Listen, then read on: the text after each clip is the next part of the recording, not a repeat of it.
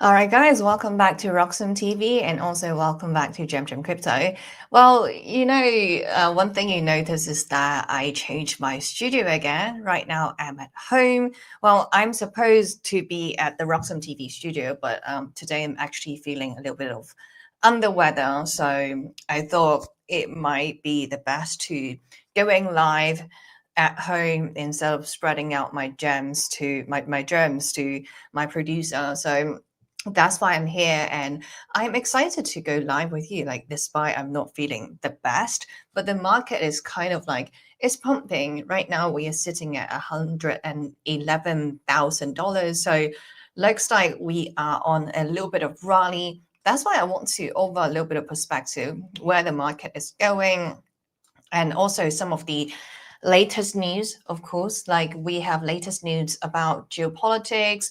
Like, last week looks like we have a ceasefire, but again, it is the Middle East after all. So looks like the deal is a little bit wobbly. We also have Japan coming in strong with crypto. And lastly, I want to touch upon on the whole AI trading narrative because it literally just happened yesterday and it's going viral on X. So that's one thing I really want to look into because it's very interesting.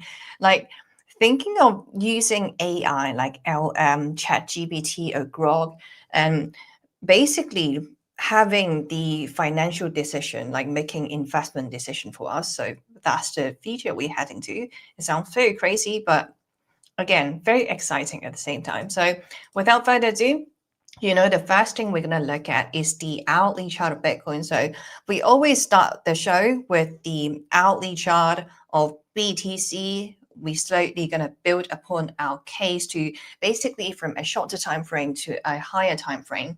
So right now, basically over the weekend, we dropped to 103K. That is like, there's so much pain in the market. People are saying, okay, Bitcoin is heading to basically a prolonged bear market again.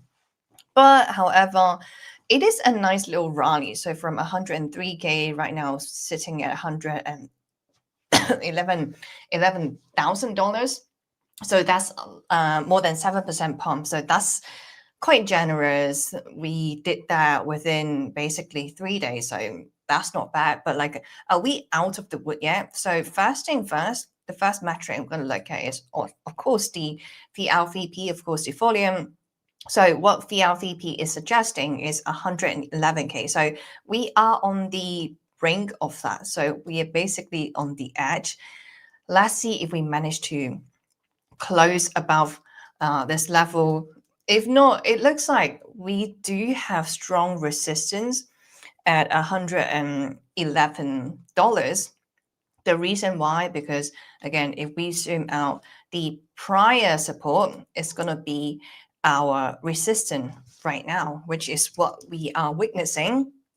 And it does look like, okay, if we get rejected, then 111K basically is the trend reversal. We're going to go back down.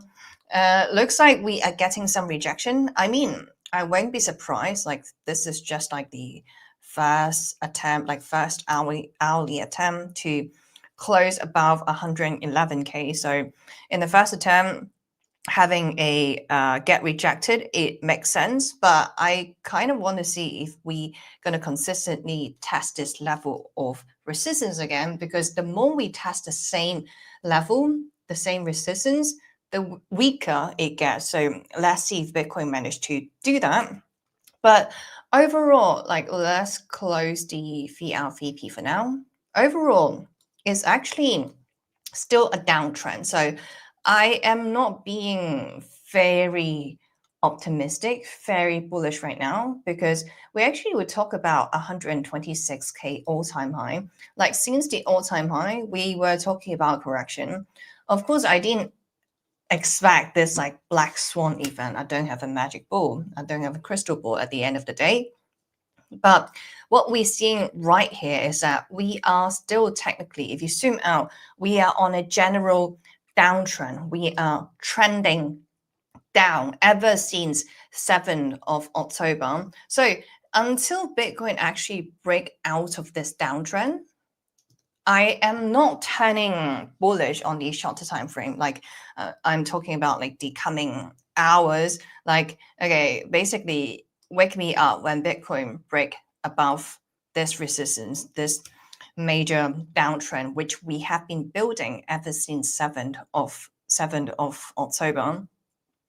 So this is one thing that I'm watching. Like, okay, if we let's pull up the VLVP again. Like, if we get rejected at this level, looks like 106K is still on the table. The reason why I'll put 106K, because if you go to the VLVP, this is where the trading volume is coming in. Like you can see a lot of price data are hopping in at 106K. So that's one thing I'm eyeing. Like if we manage to break above, on the other hand, so second scenario, another major resistance I saw is, of course, like if you go to the VLVP, is this level. So there's this massive bar suggesting 114K is a major resistance for Bitcoin. But I mean, like, let's see if we get rejected again. I am not like very optimistic, very bearish, very bullish.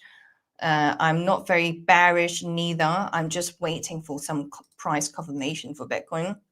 At least that's what I'm seeing on the hourly. Let's also move on to the daily. So the daily, of course, the downtrend is still intact, and the daily kind of suggests that, okay, we have to be at least above 113K to basically say that maybe we're out of the wood.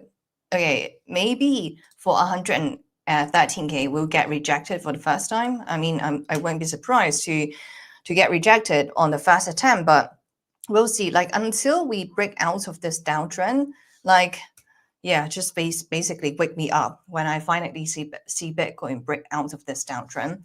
Otherwise, I am cautiously optimistic. Like both on the hourly and on the daily, basically on the shorter time frame, it doesn't look like we have much confirmation that we're gonna head to higher places. We're gonna out of the wood. Yeah, basically did all the damage that we have done ever since last week.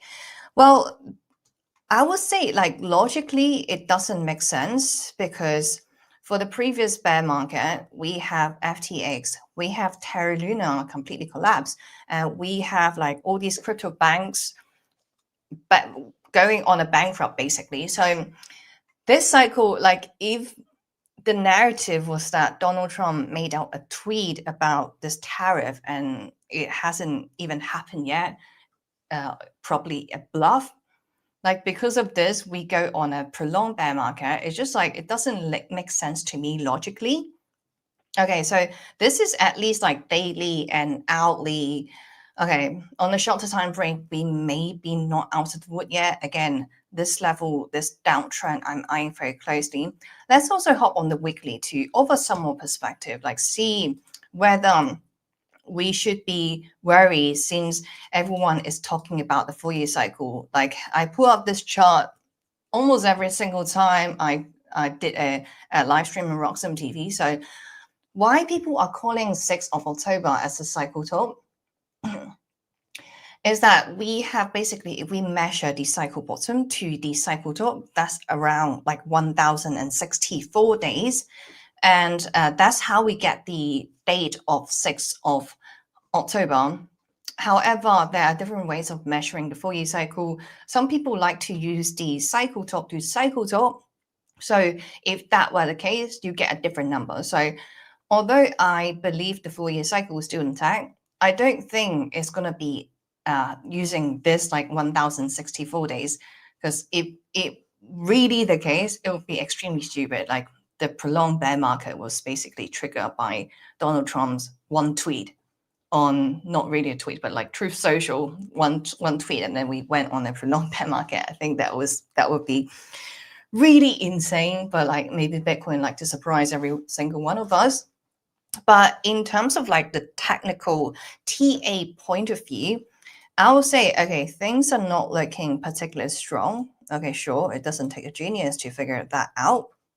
But Okay, so last week we closed the weekly candle, and we're on Monday right now, so we're just entering the new week candle. But like based on the last week candle, it wasn't like looking particularly strong because we closed below the bull market support then. So that's another weakness for Bitcoin. Like, however, I'm not like completely turning bearish at the moment because, okay, right now we are sitting at 111. So there's still some room between the current price to the 50-week moving average, and 50-week is sitting at 102K right now. So even though last week we still technically above the 50-week moving average, the reason why this is critical because like if we get a weekly close below the 50-week moving average, then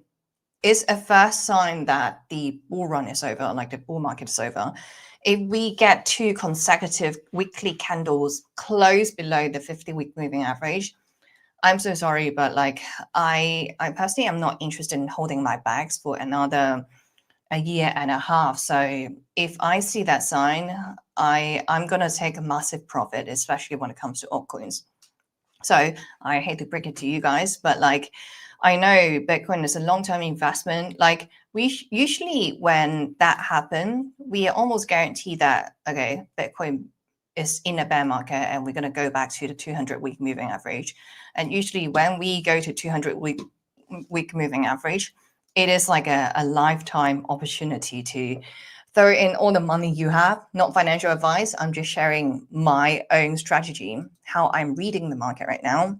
But as of right now, since we technically still about 50-week moving average, like I'm not too concerned. Like you don't fix something unless it's broken. And right now it still hasn't broken yet. So it's still basically above our target. And it sometimes it does happen to be a fake out. So that's what it happened back in April. Like right here, we're just like wicking down. We're touching the 50-week, but we close above the 50-week. So that's okay. And here as well, like in August, we wick below the 50-week, but we didn't close below the 50-week. So that's good. Let's see, okay, even though we lose the bull market support band, even if Bitcoin maybe go to 102K, reaching the 50-week moving average, one thing I'm eyeing very closely is that if we have the weekly candle actually close below the 50-week moving average, otherwise, I would say that isn't much reason for me to be that bearish.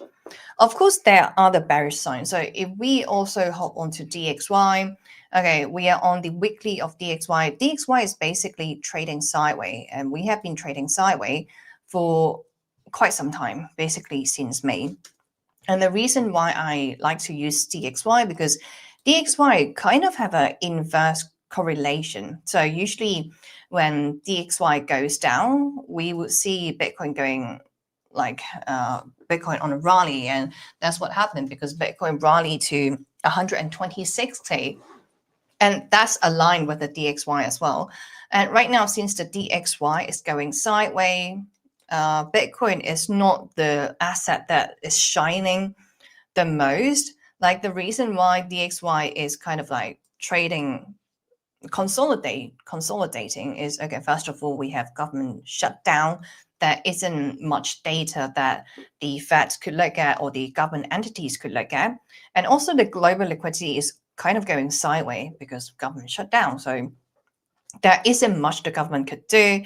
And when it comes to the geopolitics, like geopolitics is so unstable right now, like so much uncertainty in the market. So hence DXY is just like, it's not doing much. It's just like bouncing within this box, like $96 to like $99. And yeah, let's just hope the shutdown get resolved in the coming days or maybe in the coming weeks, because we are approaching, okay, there's like the government is in a shutdown for more than 3 weeks now. So hopefully that issue gets solved earlier.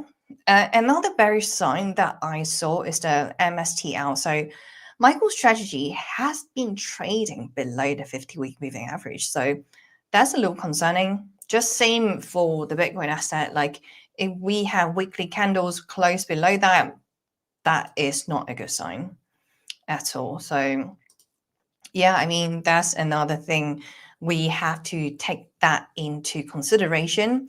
And then the third reason why Bitcoin is basically not on a major rally is because gold is consistently breaking new all-time high. So it's sitting at like $3,300 or something. And usually gold has an inverse correlation as well. So yeah, very close to $4,300, so $40 to $80. So gold is consistently breaking new all-time high, and gold is basically same as DXY. The reason why I kind of like classify them as the same, it's not about the asset; they're very different asset. But usually when gold goes up, Bitcoin would go down. So here, the orange line is the Bitcoin price. So the orange line is the Bitcoin price, and then the black line is the gold price. So here, just before 2021, you saw Bitcoin going on basically a new high, but gold was like going on the opposite direction. Like gold was going down, and same thing happened here. So after 2021, so that is September 2021. So Bitcoin going on a rally again, but like gold went on the opposite direction. So since that gold is doing so well, it makes sense like Bitcoin is kind of on a correction. So I'm not surprised then. All right, so that's for the reason, like from the technical reason why Bitcoin is doing what it does. Let's also hop on to some geopolitics news because, again, like Bitcoin is becoming a very mature asset. People like to tie Bitcoin as digital gold because, yeah, I mean, Bitcoin is becoming digital gold, and institutions and big guys, they are coming into the Bitcoin market. So it makes sense. And when we are becoming a macro asset, it makes sense to add geopolitics as part of our analysis. Like, not that I like politics, I hate politics, and I hate wars breaking out in the world, but since Bitcoin is becoming so big, it makes sense that we look at what the world has been doing. So we've got here another really sad news. So a US broker ceasefire between Israel and Hamas began on 10th of October, but on 19th of October, so just yesterday, Israeli airstrikes in Gaza and killed at least 26 people, including civilians. So Israel said this was payback for a Hamas attack that killed two soldiers. Hamas denied it, of course, like saying Israel has already broken the ceasefire more than 80 times. So more than 80 times of breaking the ceasefire. Even with all this, Israel said it will keep the truce and restart aid deliveries, but the deal is very weak right now. Since the ceasefire started, at least 97 Palestinians have been killed. And videos online show destroyed homes in Gaza. So actually, all right, to be fair, both sides broke the deal from even day one. On 17th of October, like an Israel tank shell hit a bus, killing 11 people from the same family. Israel also launched strikes in Lebanon, which is outside the Gaza truce. Aid has been blocked many times, with Israel even closing the Rafah border. So there are so many repeated attacks. This could cause the ceasefire to collapse completely. For now, it's still live, but is barely live. It's very shaky right now. So Donald Trump's role, I would say, okay, he said he helped make this ceasefire happen. Basically, on 9th of October, he announced a 20 points peace plan. It included hostages, like hostage swaps, aid for Gaza, and talks about security and rebuilding. A big summit was held in Egypt on 13th of October with 30 other countries present. Donald Trump called the deal historic and wants to end decades of fighting, but like, did he actually end the war? Short answer is no, not really.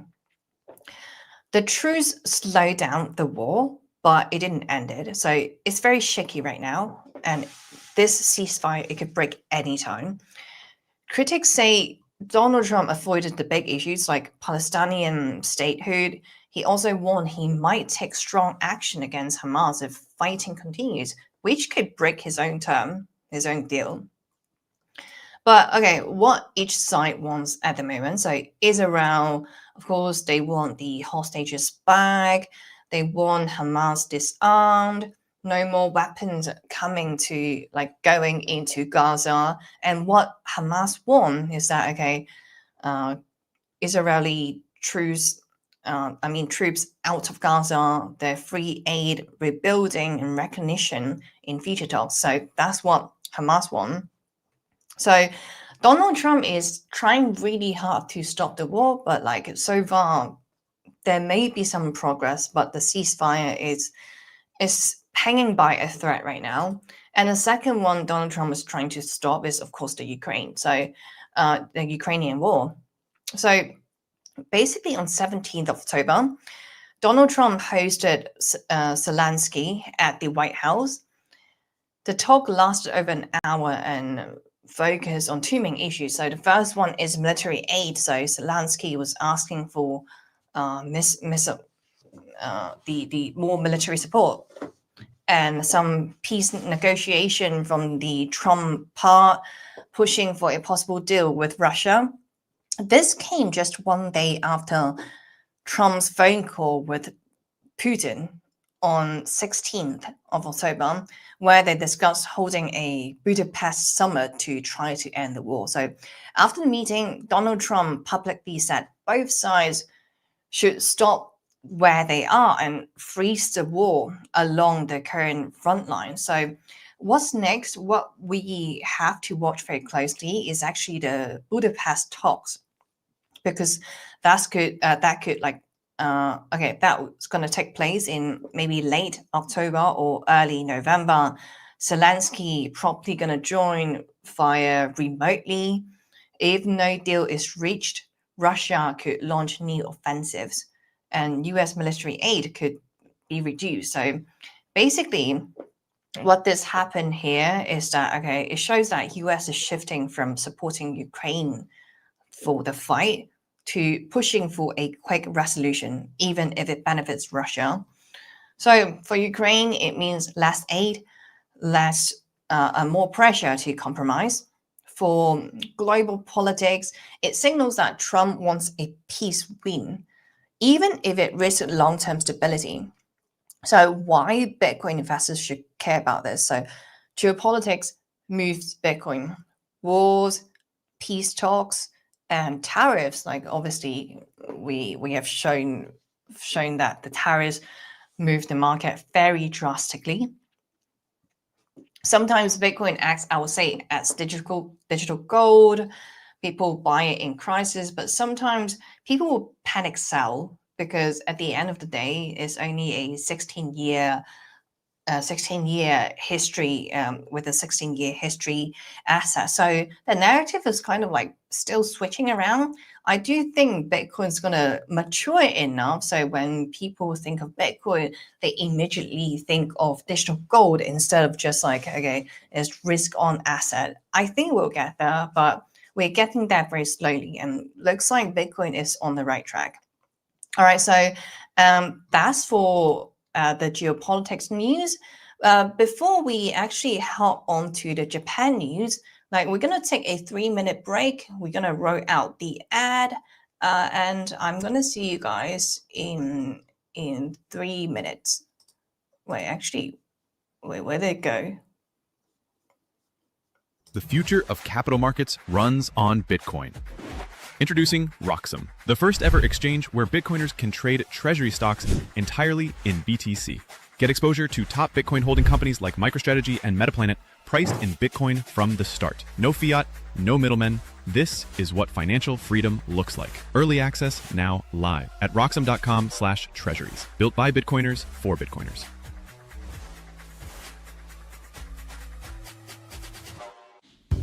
So, tell us about your furry friend here. What's his name? Oh, this?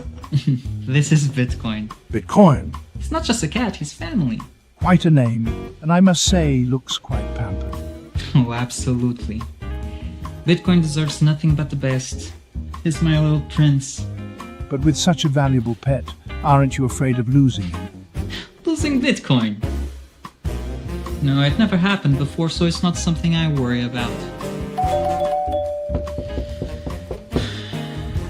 Excuse me for a moment. Bitcoin, stay here, right?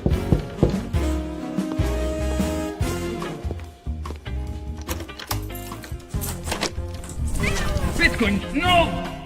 Bitcoin, come on, little buddy, Bitcoin, I need you. Don't go.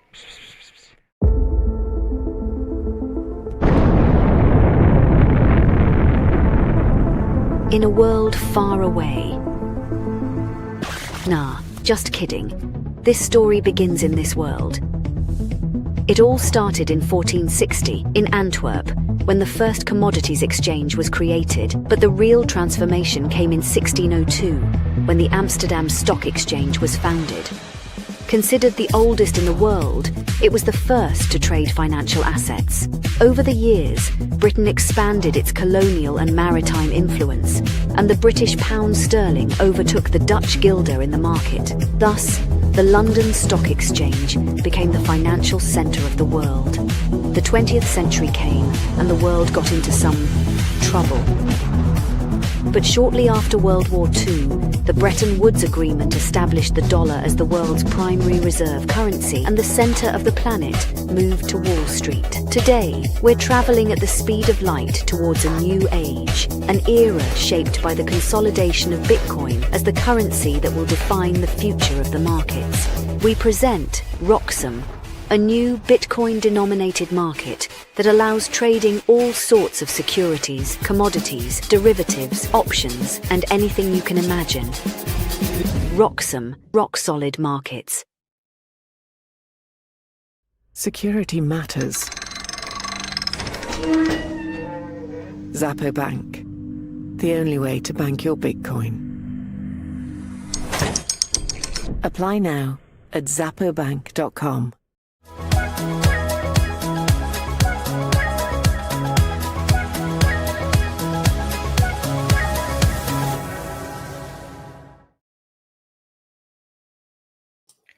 All right, guys, welcome back. So as we were talking about Japan, there are some really good news from Japan. So what we're looking at here is that, okay, the Japan's Financial Services Agency, so FSA, they will discuss the new rules that could allow banks to hold and trade cryptocurrencies like Bitcoin. So right now, Japanese banks cannot invest directly in crypto because it's seen as too risky. They can only provide custody services through subsidiaries, but the new plan would treat crypto more like stocks or government bonds, with banks required to keep capital reserve and follow strict risk management rules. So the FSA is also looking at letting banking groups run their own crypto exchanges, which would make crypto trading much easier and more trusted for retail investors. So this is a huge deal because Japan is a massive market. So first of all, if we look at how much money the Japanese banks control, so the Japanese local bank, they control more than $9 trillion. So of course, that's a lot of money. Even if you flow like 1 to 2%, that could mean like tens of billions of dollars flowing into Bitcoin. I will say this is almost as big as the US Bitcoin ETF approvals back in 2024, which brought in like $50 billion. So if Japan follows this, like follows through, it could make the country a leader in whole Asia when it comes to institutional crypto adoption. But of course, there is like if crypto price crash, banks could face heavy losses. So they'll need strong safeguards. Like so far, Japan is quite, I would say, is quite when it comes to the crypto adoption, the number is quite insane. So over 12 million crypto accounts in 2025. So that's quite a lot. And also, when it comes to the proxy, we know the number one is being Metaplanet. They right now hold more than 30,000 BTC, directly copying the MicroStrategy playbook, the treasury model. And we know the Japanese market, they're gonna have plan to roll out the stable coin in 2026. So everything is looking, I would say, quite good for Japan. Like, however, like there are still some issues that Japan, the local market, they need to solve. For example, a really big issue is the capital gain tax in Japan, because right now it's ridiculous. It's up to 55% for top earners. No loss offsets allowed. This pushed many investors to actually buy Metaplanet instead, because like Metaplanet is a stock, so they have the stock gains are taxed at a flat 20%. So that is like a huge difference, like a 55% tax and also a 20% tax. So what we have seen, especially in the past year, is that Japanese people much rather just like hold Metaplanet, because at the end of the day, they're kind of the same. You get the Bitcoin exposure and you don't get taxed that much. So they are discussing to lower this rate from 55% to 20%, just like how they treat stocks. And they're gonna get like a loss offset as well. They are still discussing, so hopefully they could roll out maybe next year in April 2026. If passed, this would be huge for keeping Japanese investors and companies from moving overseas. But however, one thing I'll be eyeing closely is the premium for Metaplanet, because right now they're only sitting at 0.91x.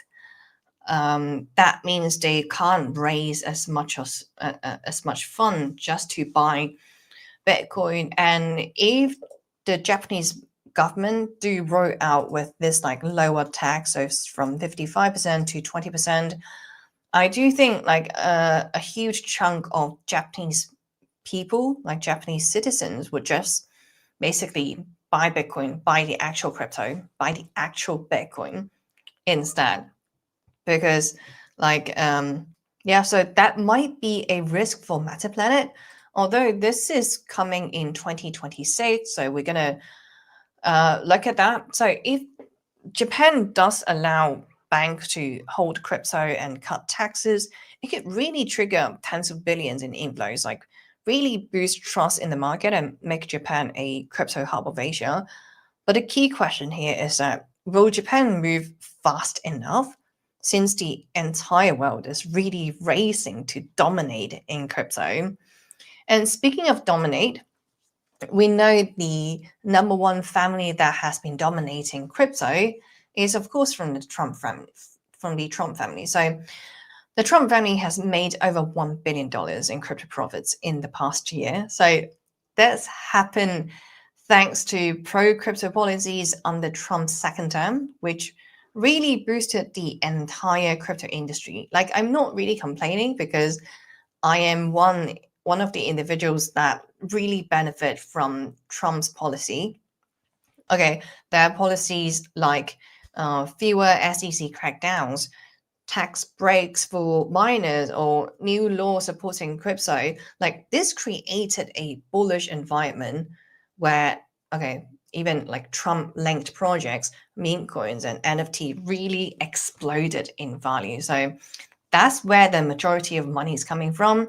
And another source for the Trump family is, of course, the Liberty Financial. So WLFI, that token, like this so-called DeFi project, is co-founded by Donald Trump Jr. and Eric Trump.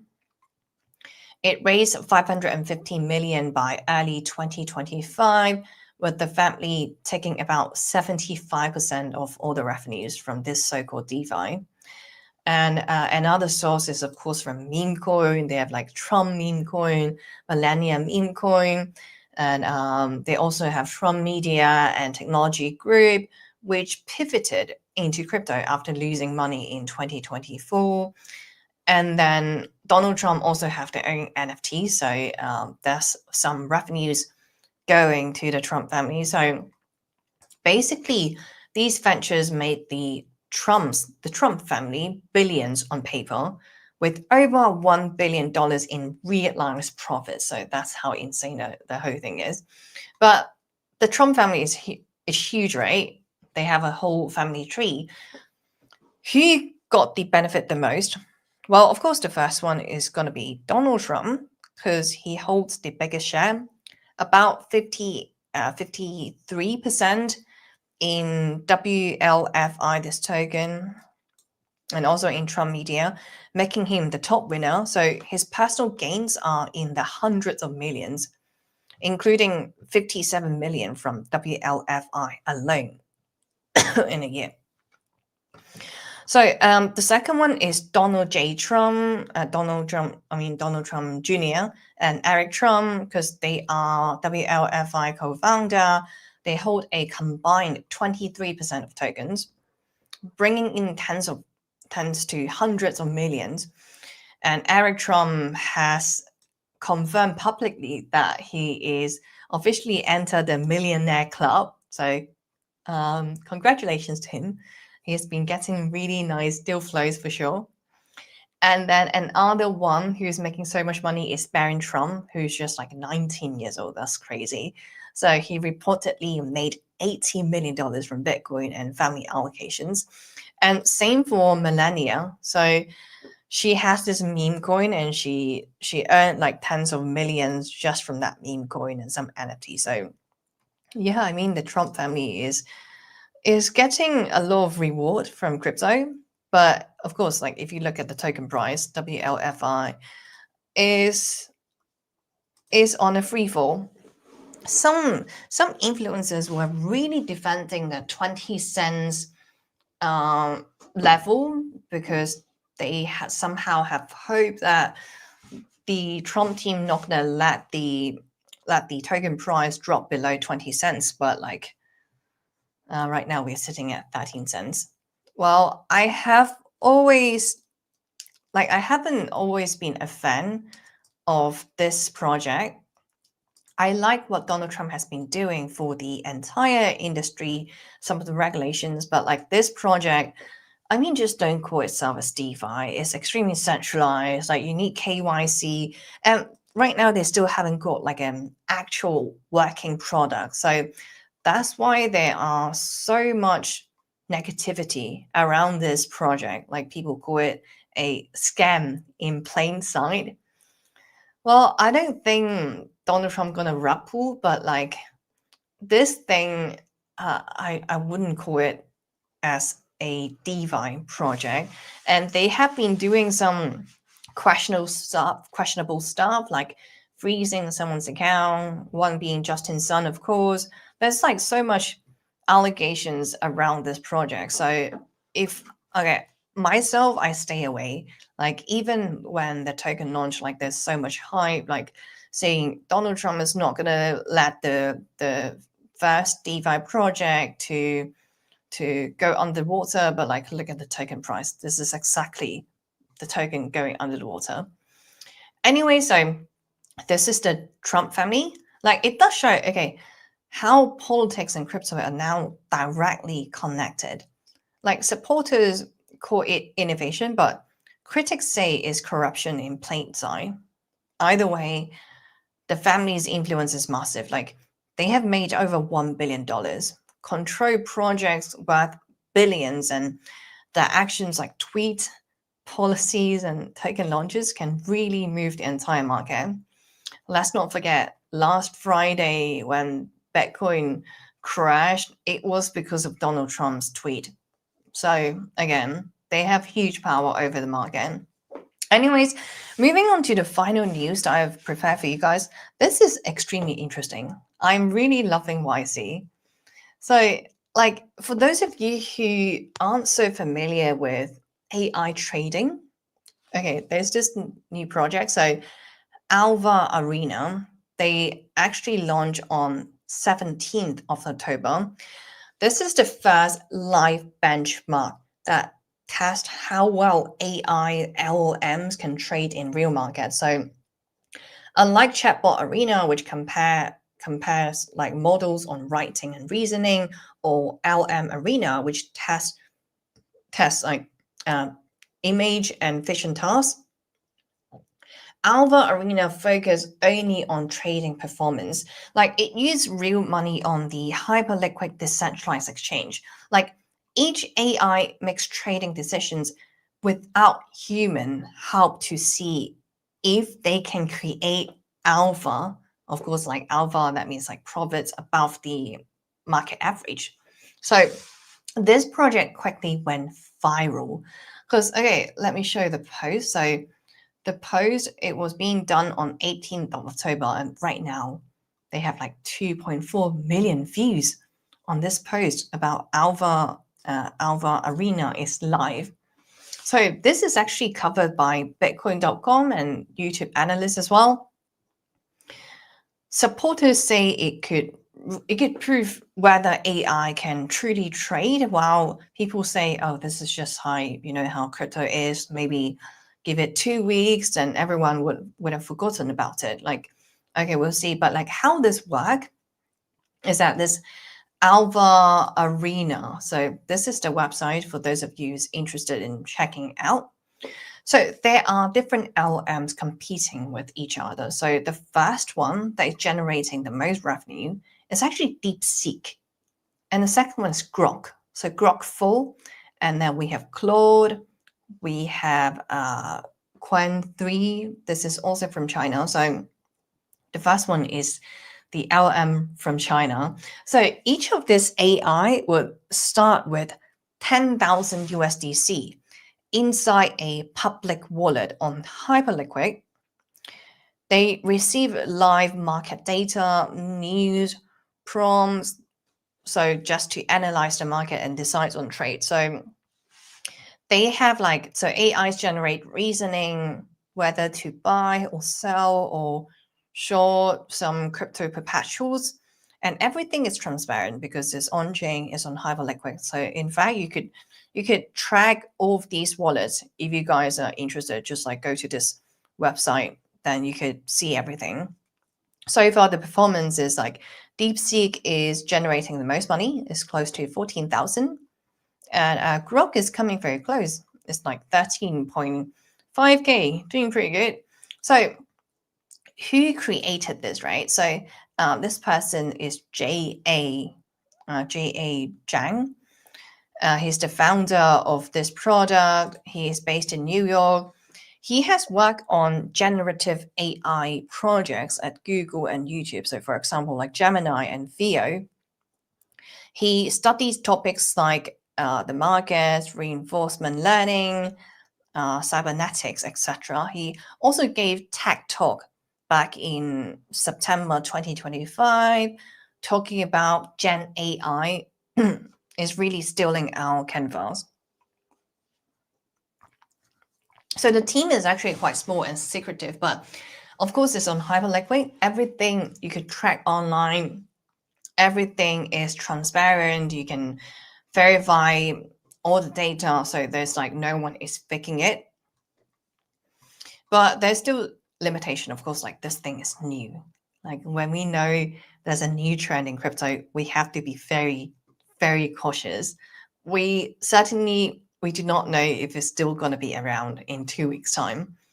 But at least like I'll say stuff like this is proving something. So we could use this as data. Like we could see which AI model trades the best.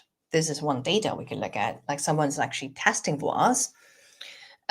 Developers could refine prompts, like add tools like Twitter sentiment and mix AI with traditional algos. And some users already track AI picks for their own trading as well, though it's extremely risky and I do not recommend that at all. But if you are Degen, then you do you. Or I'm saying that this is a lot of like data, actual money using to see whether the AI trading actually work, and everything is on chain. That's the beauty of it. You can see everything.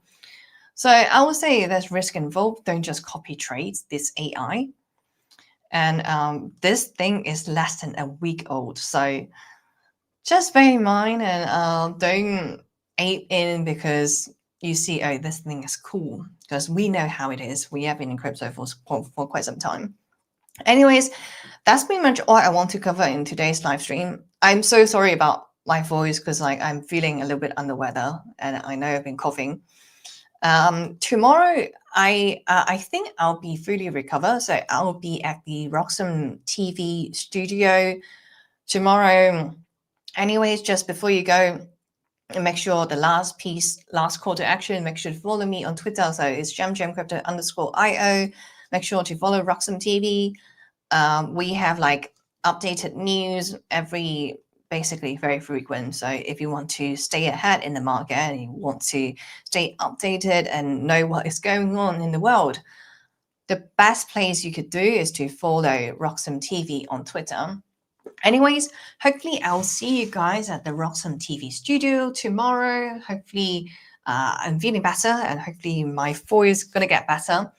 So thank you so much for watching. Like if I don't manage to go to the studio, I will still do a live stream at home, just like right now. But thank you so much and I will see you guys.